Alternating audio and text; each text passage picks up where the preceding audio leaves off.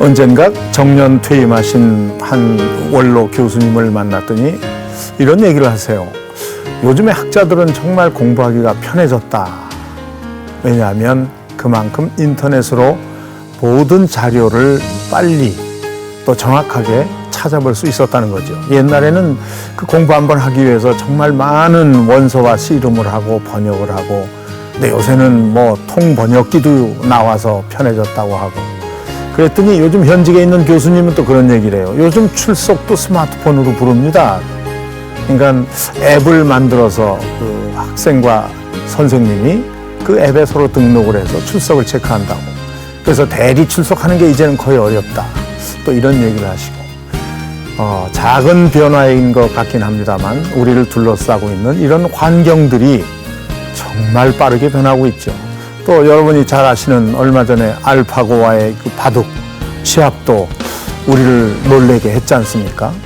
요즘엔 주로 나오는 게 AI, 인공지능에 관한 얘기를 합니다. 이제 머리만 있는 것이 아니고 가슴도 있는 AI가 나오는 세상이 곧 되지 않겠는가. 이제 아마 자율자동차 곧 보게 될 것 같고요. 휘발유 안 쓰는 자동차 이제 금방 뭐 생길 것 같고, 휘발유 쓰는 시대도 곧 없어지지 않을까. 네, 이런 시대에 지금 우리는 살고 있습니다. 그런데 이런 시대를 만들기까지 그 초창기에 노력하고 고생해 오신 분들의 그 열정 또는 그 집념, 그런 것만 되는 게 아니고 그분들의 눈물이 쌓여 있다고 합니다. 네, 오늘 저희 명불허전에서는 아마 대한민국에 컴퓨터를 처음 도입하시고 또 그것을 사용하기 아주 편리하게 만들어 놓으셨습니다. 우리 정보통신의 개척자, 저는 뭐 개혁자 이렇게 얘기하고도 싶습니다. 이주영 회장님을 모셨습니다.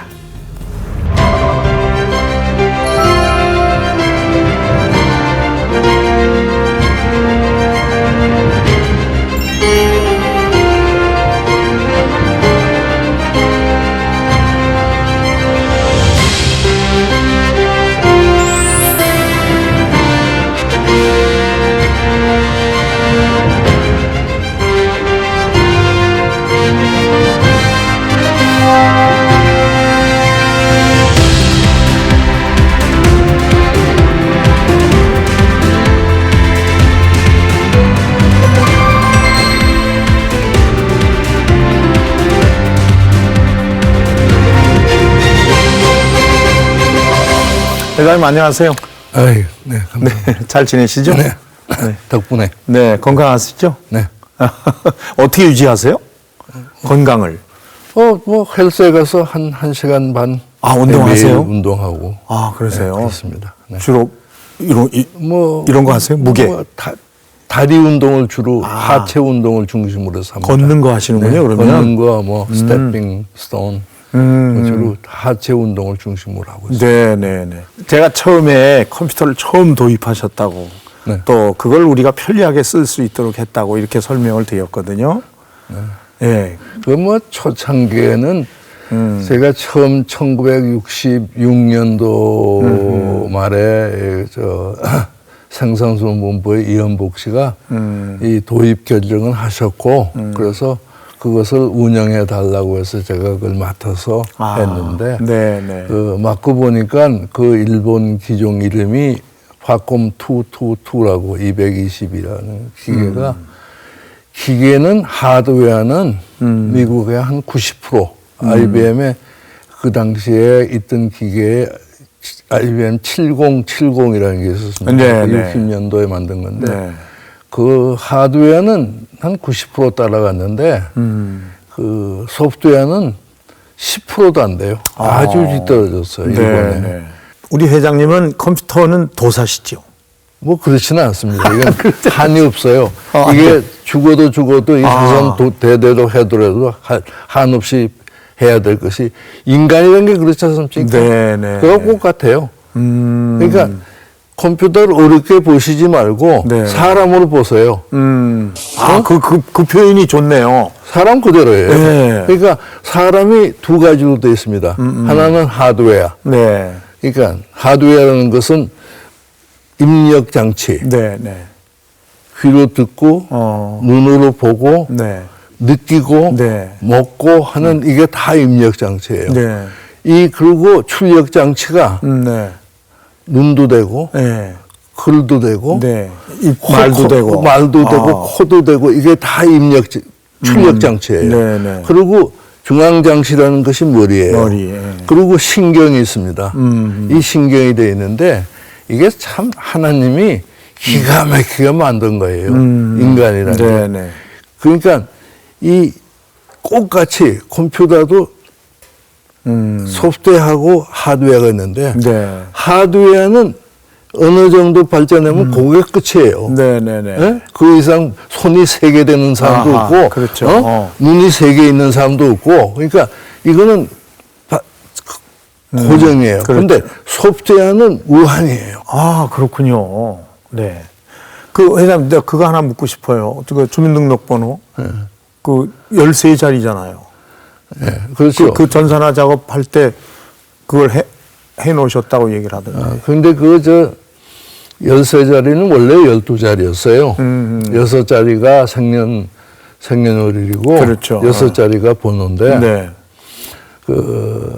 사회, 그 당시에 우리나라 외에는 미국이 사회 소셜 세큐리티 넘버라는 게 있습니다. 네네. 근데 이 소셜 세큐리티 넘버가 부족한 것이 책 디지털이라는 게 없어요. 그 옛날에 컴퓨터 하기 전에 만들었던 제도이기 때문에. 네네. 그래서 처음에 그것을 12자리로 하자고 얘기가 나왔을 때 그걸 반대를 했었는데 책 디지털 넣자고 했는데 그걸 청와대에 설명을 가서 하면 설명이 제대로 안 됐어요. 나 자신부터 어떻게 설명해야 돼. 그러니까 그 체크 디지트가 뭐예요? 이 번호가 네. 예를 들면 3503-2318-509 하는 거 이 번호가 네. 이 컴퓨터에 찍으면은 이게 맞는 건지 안 맞는 건지를 구별을 못 해요. 이게 신원에 대해서 제일 중요한 것이 인권보호상에 있어서 이 번호가 잘못하면 내가 죄인이 될 수 그렇죠. 있고 예. 제가 뭐 엉뚱한 사람이 될 수 있으니까 그것이 증명할 수 있는 자리가 마지막 한 자리예요. 근데 그것을 아무리 설명해도 얘기가 안 되던 것을 아하.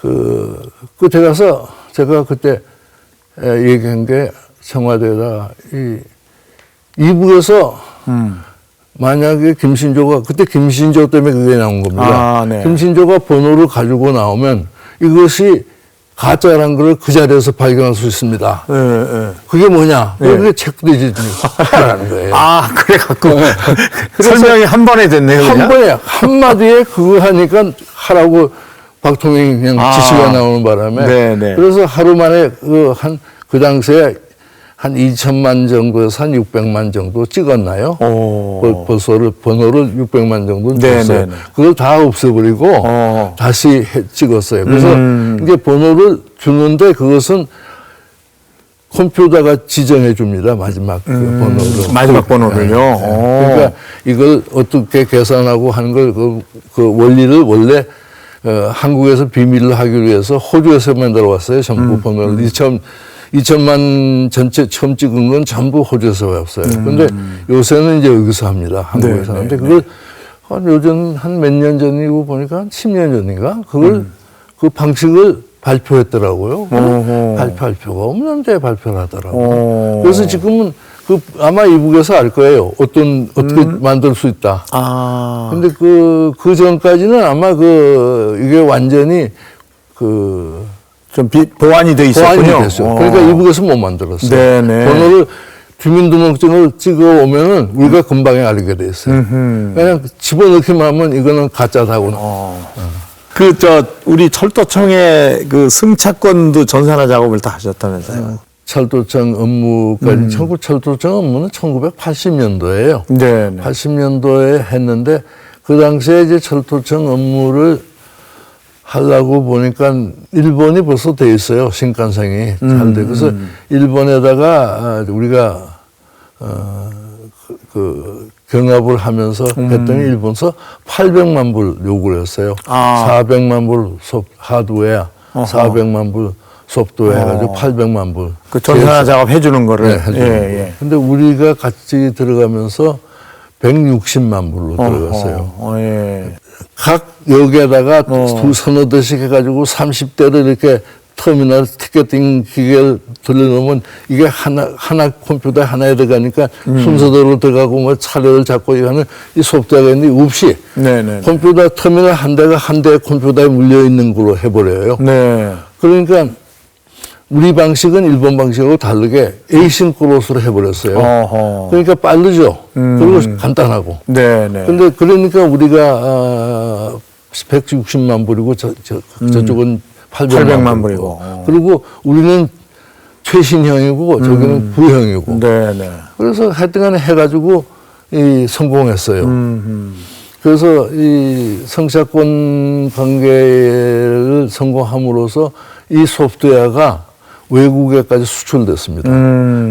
첫 번째 수출된 것이 태국이었고 어허. 태국은 우리나라 시스템 그대로 쓰고 있어요. 그리고 또 두 번째로 하다가 실패하는 것은 대만이에요. 수출을 했는데요? 수출을 하려고 그랬는데 네. 대만에서 한국 이름으로 수출하면은 자기들 생각에서는 중국 사람들은 자기들이 선진국이라고 생각하는데 네. 우리에게서 그 소프트웨어 사왔다면은 국민적인 자존심 상한다 자존심 이거죠? 상한다는 거예요. 그래서 이것을 미국 회사 이름으로 팔게 할 수 있느냐. 네. 미국 회사에서 그 이름을 좀 빌려다니까, 그런 거 안 한다. 안 빌려준다고 그거 안 빌려줘요. 그래서 결국 한국은 중국 사람들이 프라이드는 강합니다. 그런 거에 자존심을 세울까요? 세우던데요. 네. 그리고 자기들은 한국보다는 선진국으로 생각해요. 그러니까 역사적으로 자기네가 다 뭘 물려줬다고 생각하는 거죠. 그런 경향이 있더라고요. 네. 참. 하나만 조금 더 얘기를 해 주셨으면 좋겠어요. 4차 산업혁명 요새 얘기를 많이 하잖아요. 그냥 알아서 얘기는 잘 하지만 설명을 조금 해 주시면 더 좋을 것 같아요. 1, 2차 산업혁명. 네. 1, 2차 산업혁명은 주로 영국에서, 구라파에서 시작이 돼서 한 건데 이것은 완전히 하드웨어의 혁명입니다. 네. 그러니까 모든 인간의 육체적인 힘을 배가시키는 거예요. 즉 들고 다니는 물건 대신에 리아카로 끌고 그렇죠. 리아카에서 올라가서 기차 자동차가 됐을 때 이게 2차 산업혁명이에요. 그리고 모든 것은 방직기계는 뭐냐면 우리가 짜는 것 대신에 기계가 하는 거고 모든 것이 소프트웨어 하드웨어 혁명입니다. 하드웨어 혁명이 1, 2차 산업혁명이었고 거기에서 우리가 못 따라가서 결국 우리가 후진국이 됐고 그래가지고 내가 볼 때는 이건 우리가 그 조상들이 너무나 받아들이질 않았으니까. 그런데 3차 산업혁명이라는 것이 컴퓨터 혁명, 이게 3차 소프트웨어 혁명입니다. 네네네. 근데 3차 혁명을 우리가 잘 받아들이고 있어요. 그러니까 60년도에 제가 왔을 때 이게 내가 생각할 때 우리 조상들이 1, 2차 산업혁명에서 받아들이지 않았기 때문에 우리가 못 살았고 식민지가 되었고 모든 것이 거기에 있었다. 그러니까 3차 산업혁명은 우리는 힘껏 들어가야 된다. 여기 있는 힘을 전력 투구해야 된다고 나는 생각했어요. 그래서 그것에서 난 상당히 성공했다고 봅니다. 근데 지금 4차 산업혁명인데 저도 좀 잘 모르겠어요. 데피니션. 난 그 분야에서 조금 멀어져 있기 때문에. 그러나 제가 보는 그 4차 산업혁명인 게 결국은 소프트웨어의 연장선 아닌가. 그리고 사실 지금 인간의 로봇 등등은 이거는요. 이건 3차 산업혁명부터 시작된 거예요. 옛날부터. 그렇죠. 근데 이제 인간의 이 소프트웨어 발전이 굉장히 발전을 많이 했습니다. 예를 들면 난 옛날 서울대학 병원에 갔을 때 그 권 원장님 계실 때 내가 네네. 이 컴퓨터 써야 됩니다. 그러니까 아니 이 사람아 병원에서 무슨 계산할 게 그렇게 많다고 컴퓨터를 쓰나? 아유 이 사람아 이거 말도 안 되는 소리 마라. 어? 언제 의사 선생님들이 컴퓨터 배워가지고 그거 쓰나? 그거 여기하고는 전혀 관련이 없어. 그랬는데 요전에 내가 병원에 입원해 보니까 컴퓨터 없이는 움직이지도 못해요. 아무것도 안 되죠, 아무것도 안 지금은. 예. 그거 보고 나면 우리나라가 얼마만큼 IT 산업이 네. 발전됐나를 볼 수가 있어요. 그리고 우리나라의 그 하드웨어는 아무것도 아니에요. 근데 우리나라가 하도 이 물건에 대해서 집착돼 있기 때문에 네. 이 하드웨어는 하등에 완전히 이제 다 끝난 비즈니스를 자꾸 생각을 해요. 네네. 근데 이 소프트웨어는 이 모든 병원에 운영하는 거, 병원에 진단한 자료를 넣어서 그것을 의사 선생님께 다시 보여주는 거, 그 모든 자료를 합산시켜서 그걸 신터다이스 해가지고 그걸 다시 보여주는 거, 이걸 전부가 소프트웨어예요. 네, 네. 하드웨어가 아니에요. 네. 그런데 사람들이 볼 때는 그 소프트웨어는 안 보이고 하드웨어는 보이니까 저게 다 하드웨어라고 생각하는 거예요. 그러니까 우리가 지금 4차 산업혁명이라는 것이 컴퓨터를 더 많이 써야 되고 네. 이것을 최대한으로 이용해가지고 우리가 모든 일을 우리의 뭘 해야 되냐면 내 머리를 100배, 1000배의 기능을 만들어야 돼요. 네. 그래가지고 거기에서 뭘 만들어내야 됩니다. 그러니까 우리가 인간이 약한 게 뭐냐? 자꾸 잊어버린다는 거예요. 네, 네. 이 저 메모리에 불확실성입니다. 그렇죠. 그 다음에 스피드가 약해요. 즉 우리는 밀리세컨드로 생각합니다. 네, 네.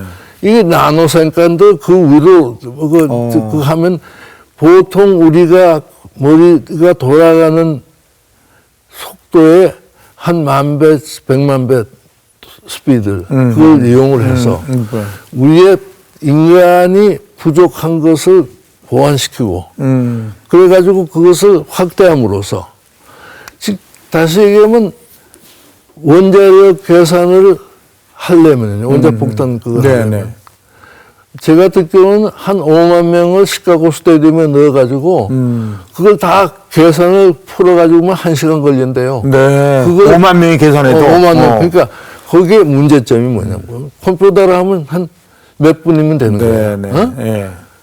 그게 그 몇 분의 차이가 아니라 이 5만 명이 했을 때 틀리는 그 확률이 그러니까 틀리면 아무 소용이 없는 그렇죠, 거예요. 그렇죠. 예. 그러니까 그것을 우리가 이용해가지고 4차 산업혁명을 나가자는 거예요. 그러니까 모든 사람이 우리 인간이 우리가 할 수 있는 몇만 배의 능력을 가지고 한다고 할 것 같으면 어떻겠어요?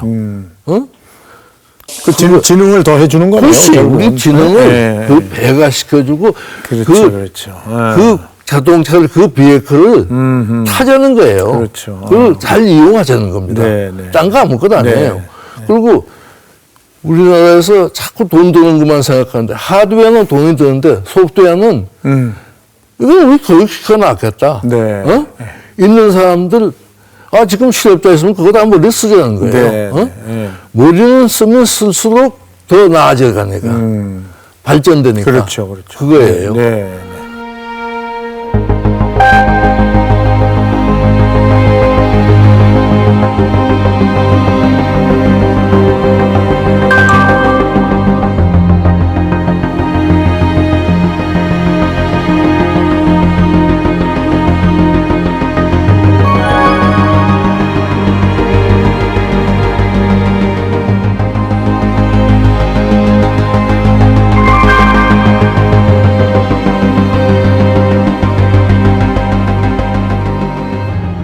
자, 그 어려웠던 시절에 우리 정보통신을 어떻게 개척할 수 있었는지 여기 보십시오, 회장님. 이주용의 그날. 그 중요한 그날을 첫 번째로 한번 보겠습니다. 컴퓨터와의 첫 만남 이렇게 돼 있네요. 처음 만나신 게 언제세요? 저는 처음은 1958년도에 이야. 제가 대학을 졸업하고 네. 미국의 미시간 대학을 졸업하고 취직을 하니까 안 돼요. 네네. 왜냐하면 경험이 없다는 거예요. 아, 미국서? 미국서. 예, 예, 예. 뭐 기껏 했던 게 접시 닦고 마스보이즈를 하고 그런 거 식당 일만 했으니까 네. 경험이 없어서 제가 취직이 안 됐어요. 그래서 그 우리 주임 교수한테 따졌더니 주임 교수께서 애거리 박사가 나보고 사회과학연구소에 컴퓨터 직장을 구해줬어요. 그래서 원래 전공은 그게 아니셨어요? 경제학이었죠. 경제학을 하셨는데. 아. 그래서 컴퓨터 보니까 엄청나게 커요. 네네. 엄청 이 방보다 더 큰데 한 대가 들어가지가 않더라고요. 근데 여름 동안에 그냥 에어 컨디션이 잘 돼서 네네네. 잘 지나고 아하. 하면서 이 컴퓨터가 인연을 맺게 됐죠. 그래서 학교에 이제 시작하면서 그럼 그때 배웠죠. 처음 그냥 만나신 거예요? 그냥 컴퓨터 처음 보게 되고? 보게 됐죠. 그럼 보니까 뭐 배우는 것도 그때 배우신 거고? 그때는 뭔지는 모르고 뭐 불만 번쩍번쩍하고 뭐막 카드만 들어가고 카드가 나오고 프린터가 나가고 그래서 이게 뭐 이런 게 있나 이런 괴물이 있나 하고 네. 생각했죠. 그게 1958년도예요? 58년도에. 그래서 학교 시작하면서 그 과목을 택했어요. 하도 궁금해서 신기해서. 그래서 이게 어떻게 돌아가느냐 하는 네. 컴퓨터 과목을 택했죠. 근데 그때도 그럼 컴퓨터란 영어는 있었던 거죠? 컴퓨터란 용어는 있었죠. 네. 아니 우리나라에서는 58년도에 컴퓨터라는 말 자체도 뭐 거의 또 없었어요. 거의 모르는 사람이 우리 교수께서 팔마 교수라는 분인데 네. 이 양반이 뭐 이론적으로 어디 가서 배우신 모양이에요. 그러니까 나보고 그 과목을 택하면서 이 일을 하고 있었거든 밤에. 네. 그러면 야 이거 한번 이렇게 해봐라. 이게 어떻게 나오나. 자기가 모르면 그것도 얘기 해보면 내가 갖다 보고 올리고. 그렇게 뭐 아는 것보다 모르는 사람들이 더 많았고 하물면 교수님도 잘 모르시더라고요. 그래서 그 58년도에 첫 만남을 가졌죠. 그때 그 처음 본 이 방에 있는 것보다 더 큰 컴퓨터는 어디서 만든 거예요, 그럼? 그게 IBM 650이라고 아하. 이게 1940년도에 네. 컴퓨터는 윤백이라는 회사가 제일 먼저 만들었어요. 그게 왜 만들었냐 하면 원자탄 개발하기. 아하. 그래가지고 45년도에 투하를 했죠. 네네. 그게 컴퓨터에 처음 시작한 거예요. 음. 그러고 나가지고 유니백이 뭘 생각하냐면 이제 이 기계 이런 거 필요 없다고 해서 문 닫아버렸어요. 유니백에서는. 그런데 IBM에서 보니까 이거 가능성이 있겠다. 해가지고 만들어낸 게 1955년도에 만들어낸 게 IBM 650이라는 거예요. 네네. 그 650이라는 것은 지금 보고 있으면 어린애 중에 어린애예요. 그건 기계도 아니에요. 근데 덩치는 그렇게 큰데. 엄청나게 커요. 네네. 그리고 이제 뭐 거긴 수업대야라는 것은 그때는 정말 정말 베이직한 고연마 그 수업대야였고 그래서 참 쓰기가 힘들었어요. 그래서 650을 내가 처음 학교에서 이걸 해보고 근데 뭐 그러고 나가서 학교에서는 뭐 여기저기서 날 불러서 써요. 아, 이제 거기 가서 일을 하고 있으니까요. 저 프로그래밍을 아니까 아는 거 하도 나밖에 없으니까 그래서 뭐 학교 다니면서 아주 하루에 그때 한 2불씩 시간당 2불씩이면 또 많이 줬거든. 네. 그러니까 뭐 편안하게 학교 다녔어요. 네네. 이쪽 덕분에. 알겠습니다. 이 역시 첫 만남이 중요하네요. 네, 그러면 두 번째 보겠습니다. 1960년 7월. 이게 IBM으로 들어간 거예요. 아하, 이게요. 그럼 58년도에 처음 컴퓨터 만나셨고, 60년. 그리고 2년 뒤에 이제 IBM 본사로 들어가신 거예요? 그렇죠. 그 IBM에 이 처음 들어가셨을 때 한국 사람이 좀 있었어요? 없어요. 나 처음일 거예요, 내가. 처음 입사하신 거예요? 내 다음에 임성순이가 들어오고, 그다음에 여기 그 서울고등학교는 미스터 김이 들어오고. 내가 6월 달이고 7월 달에 많이 들어왔어요. 아, 그 7월엔 그래도 한국 사람이 들어온 거네요. 그 당시엔 최초였고. 내가 최초였고 내가 들어오고 두 사람이 들어가지고 세 사람인가 네 그럼 사람. 처음 입사할 때 그러면 뭐 그냥 시험 보고 들어가신 거예요? 시험 보고 다. 아, 그쪽에서 사람 뽑으니까 와서 저거 하라고 그래서. 그 회장님한테 편지 썼다는 건 무슨 얘기예요? 그 IBM 회장님한테 편지를 썼어요. 그건 나중에. 그거는 이제 나중에. IBM 다니실 때? 다니고 여기 다닐 때 한국 가가지고 이제 저기 이 IBM 60년도 들어가가지고 이제 거기서 쭉 있다가 내가 덴마크 가기로 했다가 네. 못 가게 돼서 그 여비를 받아서 한국으로 갔단 말이에요. 아, 그러면 그게 몇 년도에 넘어오신 거예요? 그 62년도. 아, 62년도에. 11월 달에 내가 10월 달에 한국에 덴마크 가는 대신에 네네. 한국으로 갔죠. 어허. 한국 가보니까, 그냥 비행기에서 보니까 대머리야 전부가. 그리고 참 와서 보니까 78불이라 그래, 퍼캡ita 인감이. 야, 이렇게 가난할 수가 있나. 그렇죠. 62년도인데요. 그래도 난 이거 정말 이럴 수가 없단 이때 말이야. 이북보다도 더 못 살 때입니다, 저희가. 나 네. 보니까 그때 내가 처음 느낀 게 이게 우리 이거 왜 이렇게 못 사나고 내가 꽁꽁 앓고 생각해보니까 우리가 2차 산업혁명에 가담 안 했기 때문에 이렇게 된 거다. 문을 닫아 걸어갖고. 그래, 문 열어가지고 방직기계도 가지고 들어오고 했으면 우리가 이렇지 않았을 텐데 이렇게 됐다. 그러니까 이 3차 산업혁명에 이렇게 되면 안 된다 해가지고 이거 내가 해야겠다는 생각을 하게 된 거예요. 네. 그래서 내가 그때 뭐 내 생각은 각자 다른 지 분야에서 보는 지 눈으로 보잖아요. 네네네네. 편지를 썼지. 우리 그 IBM 회장에게는 네. 보지도 못한 그때 그러니까 미국에서 근무할 때도 못 봤는데. 못 봐줘. 우리 회장님 없지. 그래서 편지를 썼지. 나는 몇 번 9955 하나 둘 번호가 있던데 내가 어디서 일하고 뭘 했다. 네, 네. 그리고 여기 와가지고 지금 한국에 와서 보는데 우리나라 앞으로 발전성이 있는 나라고 군에서 혁명을 해가지고 앞으로 괜찮을 거다. 네, 네. 그런데 좀 와서 도와주는 겸해서 우리나라에 지점을 왜 설치하는지 모르겠다. IBM이 여기 지사를 좀 해라. 그러니까 뭐냐면 필리핀도 있고 대만도 있고 홍콩도 있는데 그 왜 당시에. 한국은 안 오는지 모르겠다고 네, 내가 설명을 했더니 얘기를 했더니 편지가 왔어요. 네.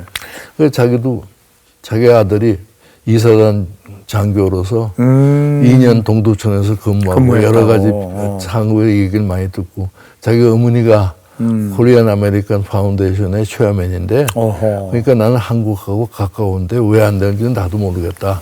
그래서 임원들을 불러서 물어보니까 다 모르겠다 그런다.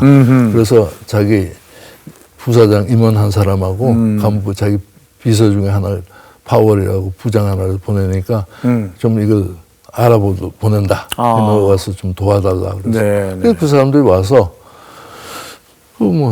우리나라 정부에 만나봤죠. 만나보니까 그 IBM 그때 IBM이 얼마큼 몰랐냐면 어디 여행사냐고 약자를 쓴 데는 전부가 여행사예요. 그러니까 비서진에서 얘기하는 게 이건 무슨 여행사입니까? IBM이라니까. 그래서 이게 그 정도였어요. 그 정도였어요. 컴퓨터. 그러니까 임원들이 상공부 장관 임원도 다 몰랐더라고요. 그래서 우리가 이렇게 한국에 진출하라 그러는데 외자 도입법 혜택을 받을 수 있느냐 했더니 안 된다는 거예요. 왜 안 되냐니까 너희 서비스업이 되는 거야. 그러니까 터키탕이나 식당이나 똑같이 취급하는 거야. 그래서 우리는 공장도 지을 거고 이거 앞으로 우리 가서 설명을 하더라고. 세계 랭킹 5번째다. 우리가 오게 되면 외자도입법에 100대 기업들이 다 생각을 할 거다. 그러니까 그것만 해도 한국의 이득이 클 거 아니냐. 안 된다는 거야. 그렇게 설명을 해도 안 돼. 그러니까 아니 이렇게 숨은 얘기가 있는지 마지막 세 번째 그날 보겠습니다. 1966년 이은복과의 만남? 여기 이은복 씨가 이 화콤 2를 이은복 씨하고 나하고는 네. 저기 IBM 내 대표로 왔을 때 생산본부에 들려서 그 이은복 씨한테 저 한의사 그만하시고 양의사를 하십시오. 그게 뭐냐면 생산본부에서 맥 짚어보고 적당히 한약 약 그 진단해주고 네네. 하는 거. 양의사는 수술을 해야 되잖아요. 네. 그러니까 양의사를 하시라고. 그랬더니 그 양의사는 뭐냐 어떻게 하는 거냐 컴퓨터를 도입해가지고 컴퓨터에서 컨설팅을 하시라고. 그런 얘기를 했거든. 근데 이 양반이 그 다음에 일본을 갔더니 일본에서 그 일본 생산본부도 그러고 다들 일본에서 그거 저 컴퓨터 갖다 놓고 KBC가 경영 진단하고 경영 합류를 지도하라고. 네. 그러니까 이 양반이 화콤 그때 일본 생산본부에 있는 기계가 화콤 222예요. 그걸 계약을 한 거야. 네네. 그 계약을 해가지고 내가 그때 만났을 때 이 양반이 그때 한 2달 후에 기계가 들어오게 돼 있어요. 그러니까 일은 저질러 놓고 그 앞날은 캄캄하고 이제 봉사가 길을 걷다 보니까 갈 길을 못 찾는 거야. 네네. 그래서 나보고 좀 도와달라고. 1년만 와서 도와달라고. 네. 그래서 이게 한국의 컴퓨터 제1호니까 뭐 일본 기계는 미국 그랬던 근데 보니까 뭐 그래서 내가 그걸 받아들였어요. 66년도에. 네네. 받아보니까 이 기계가 일본 기계가 정말 근데 일본 사람들은 후지스에는 한국 시장을 이걸 통해서 다 먹으려고 그랬고 우리나라를 네. 통째 컴퓨터 시장이고 IT 시장을 다 먹으려고 그랬어요. 그러니까 그 사람들이 그렇게 좋은 조건으로 계약을 해줬는데 근데 좋은 조건도 뭐냐면 임대료 반이야. 근데 그 나중에 결국 일본 사람들이 그걸 시인해가지고 그걸 안 받기로 했죠. 무료로. 근데 일본 사람들이 야심적이었어. 근데 그 당시에는요, 내가 봤을 때, 일본 사람은 이런 시장을 먹으려고 그랬고. 네. 근데 나는 이거 화콤 222 하면서 미국 CIA에 한 달에 한 번씩 식사 대접을 받아서 식사 대접이라고 하는데 네. 그거 한 달에 한 번씩 호출한 거예요. 그게 뭐냐 하면 정복하는 거네, 그러면? 정복하고 네. 너 미국에 영주권도 있고 미국에서 너 공부도 했고 미국에서 이렇게 살았는데 너 미국 배반하면 재미없다는 거야. 그리고 이거 너 지금 일본 앞제비 하는 거 이거 안 된다는 식이야. 근데 그래서 일본 기계 가지고 지금 미국 기계 앞으로 갈 수는 없다. 그러니까 걱정 말라고 했는데도 미국 참 저 대사관에서 집요하게 한 2년 동안 내가 당했어. 66년, 67년 2년 동안 매달 한 번씩 내가 불려갔어. 근데 하여튼 간에 그만큼 이 국제적으로 이 산업 이것을 굉장히 중요히 시했습니다. 네. 일본은 일본대로, 미국은 미국대로. 그래서 이 화콤 222가 이렇게 투자를 했는데, 네. 그래서 나는 그렇지만은 일본을 완전히 묵살시킬 수는 없었어. 왜냐하면 이 사람들이 여기까지 투자한 거에 대해서는 참 고마운 일이에요. 그렇죠. 그래서 내가 그 222를 그렇게 묵살을 안 시켰어요. 참 그렇게 후진적일 수가 없어. 그거는 내가 내가 그렇게 많이 발설을 안 했어요. 지금 와서 내가 많이 하지만 그 당시에는 하면서도 그건 안 했어요. 그래서 이은복 씨가 하면서 내가 그걸 일을 맡으면서 처음에 참 근데 이 양반이 모르는 사람이 하다가 보니까 이은복 씨가 하다가 보니까 프리프랜이라는 것을 한 1년 해야 되고 도입하려면 그리고 그 프리프랜은 사람들 양성도 해야 되고 교육도 해야 되고 업무 개척도 해야 개발도 해야 되고 그런데 그게 하나도 없이 무에서 기계 들어오면 시작하니까 이게 굉장히 힘들었어요.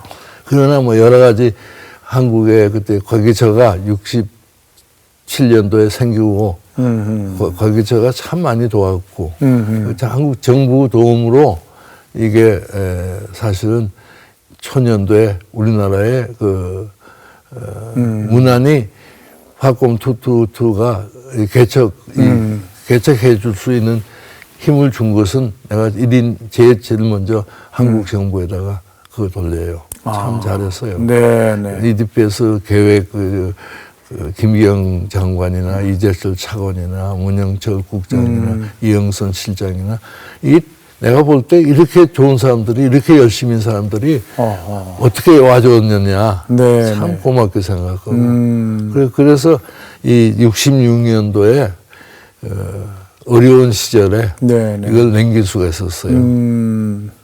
지금 회장 들어보면 굉장히 순조로운 느낌이거든요. 많이 순조로웠어요. 내가 볼 때는 앞이 캄캄한 네. 절벽 캄캄한 거기에 근데 아까 처음만 해도 뭐 뭔지도 모르고 공무원들이 알아듣지도 못하고 이럴 때 스타트가 된 건데. 근데 그 생산성 본부에 있는 친구들은 반발을 많이 했어요. 그런데 우리나라에서 내가 볼 때는 기업보다는 네. 정부에 있는 사람들이 더 진취적이에요? 진취적이었어. 그러니까 살았지. 네네. 참 보면 참 우리나라의 공무원들이 엘리트예요. 네네. 그렇죠. 아무래도. 반대하는 사람은 그거 심한데도 그리고 이 금융계가 말이에요. 우리나라 금융계가 오경택 씨 같은 그 당시에 한일은행의 기획부장이라는 사람이 네네. 이 컴퓨터에 미쳐 있어요. 잘은 모르는데 왜 이 사람이 이렇게 컴퓨터에 미쳐 있느냐. 그러니까 자기는 뭐 어떻게 해서 은행장 되고 뭐 이런 생각을 안 해. 금융계의 현대화. 이게 지시상 목표야. 그런 양반을 내가 우연히 만나게 되었고. 그래서 참, 운 좋게. 글쎄 말이에요. 예. 아니 저는 뭐 중간에 그냥 좌절도 했다가 막 그냥 이런 우여곡절이 많지 않았을까 생각을 했거든요. 많긴 맞는데 뭐 지나가 보면은 다 즐거운 시대였어요. 근데 네. 그래도 참 우리나라가 진취적이에요. 참 이렇게. 근데 60년, 70년대만 해도 당장 먹고 사는 걸 해결하려고 막 이럴 때니까 좀 그 환경이 그래서 공무원들도 더 그렇게 했던 거 아닐까요?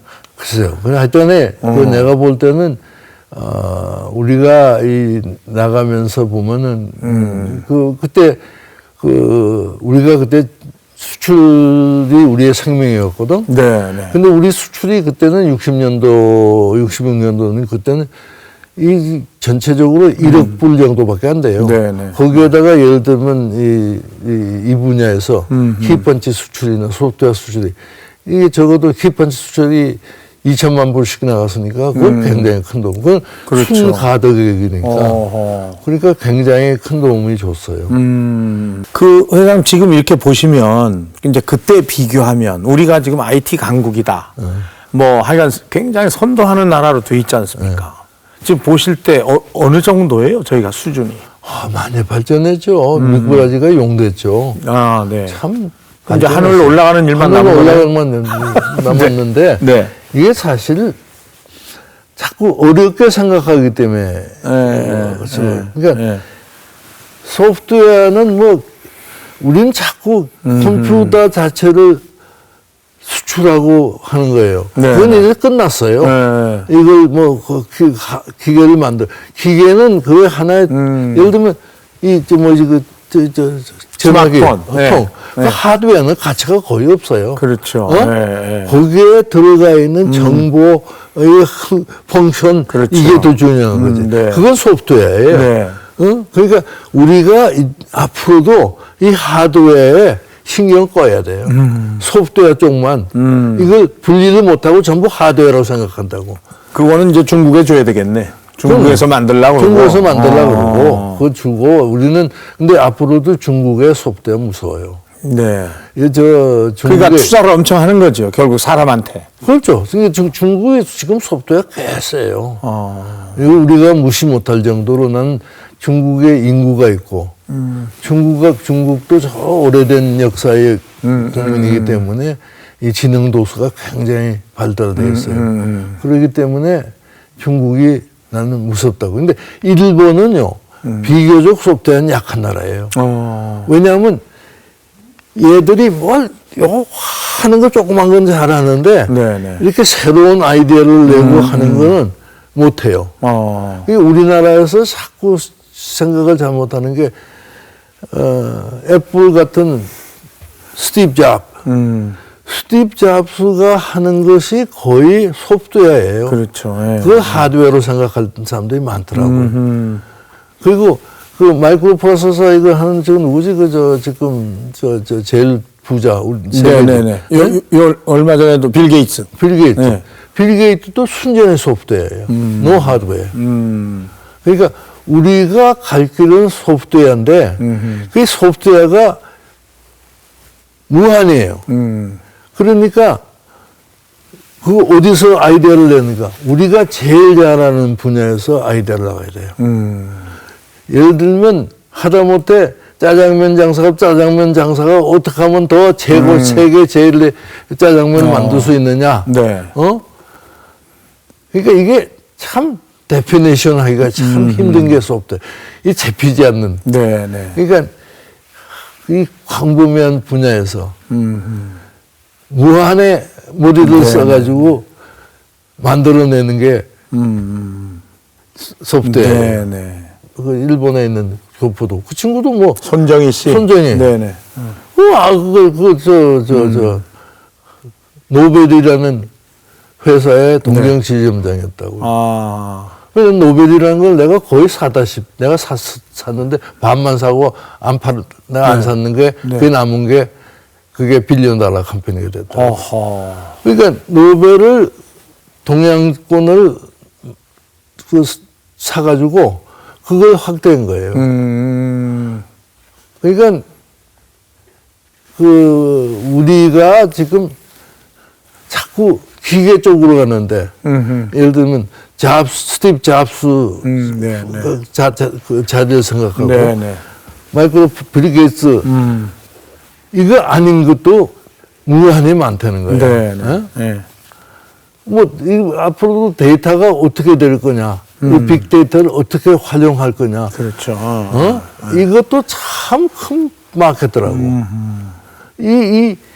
우리가 일어나는 모든 것이 데이터거든요. 이것이 어떻게 수집돼서 어떻게 이것을 활용하고 이것을 어떻게 신테사이즈 하느냐. 이건 참 지금 그러니까 무한의 필드가 있어요. 무한의 필드가.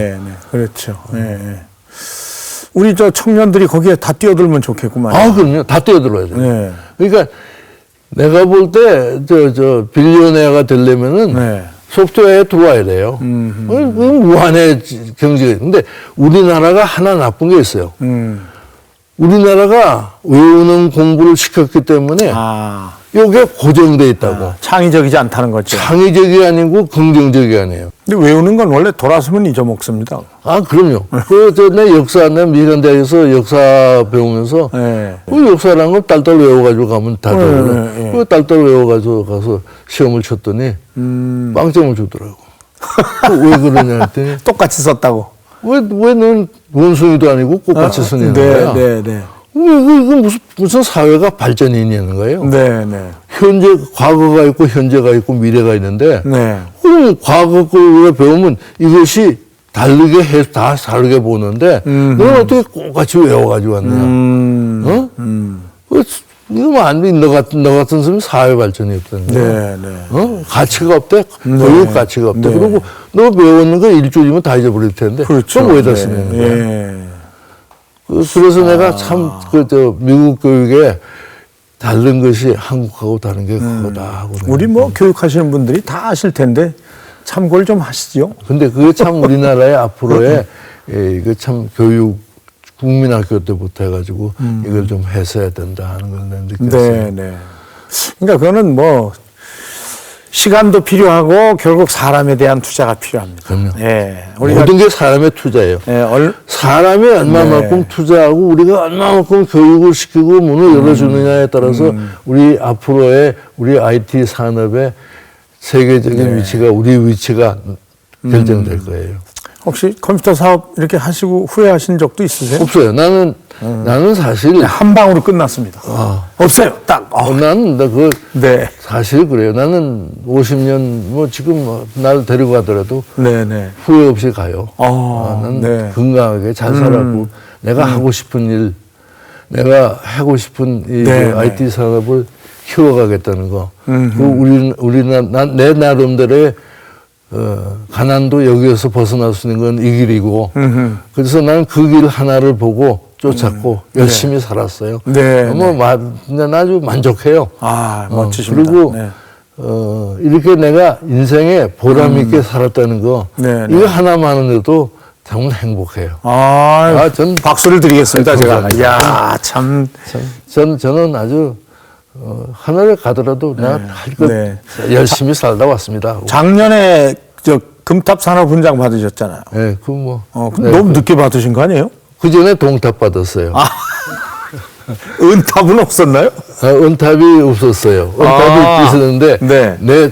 내 건너뛰신 거네, 그러니까. 내 밑에 있던 사람이 네. 은탑을 받았어요. 네. 근데 그때 하여튼간에 저는 받으러 갈 때까지 금탑인 줄 알고 갔는데 그게 바뀌었어요. 가니까 동탑이야? 네? 네. 그래서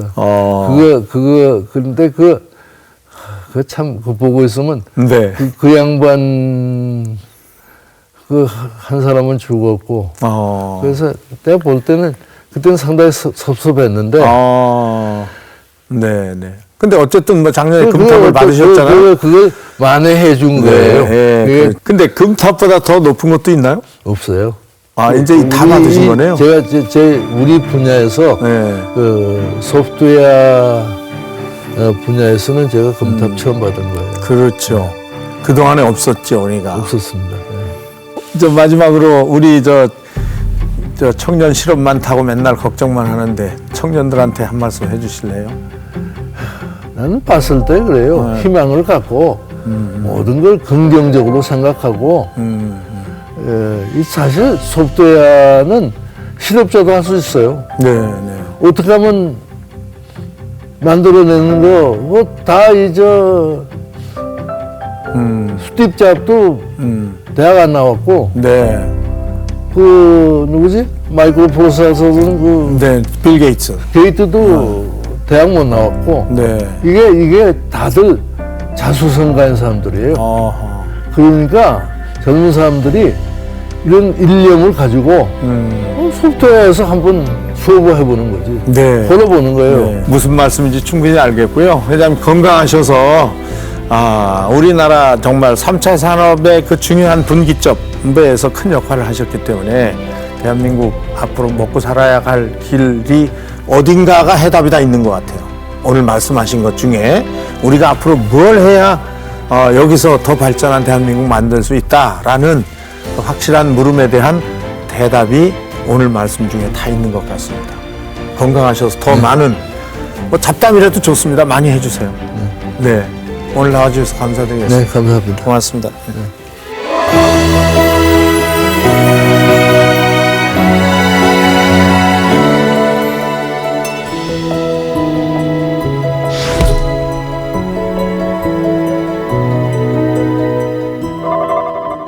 명불허전 진행하면서 저는 늘 자극을 받습니다. 그리고 늘 이렇게 가슴이 뜨거워지는 걸 항상 느끼고 있습니다. 경제도 어렵다 하고 청년 실업도 크게 나아지는 것 같지 않다고 하지만 오늘 말씀하신 것처럼 우리 소프트웨어라는 큰 바다에 한번 풍덩 빠져서 새로운 무언가를 만들어내는 일에 도전하고 노력하고 그 열정을 불태우면 아마 거기에서 눈물이 떨어지면서 성공할 수 있지 않을까. 오늘 정말 귀중한 그런 시간이었던 것 같습니다. 명불허전 저희는 다음 주에 다시 뵙겠습니다. 고맙습니다.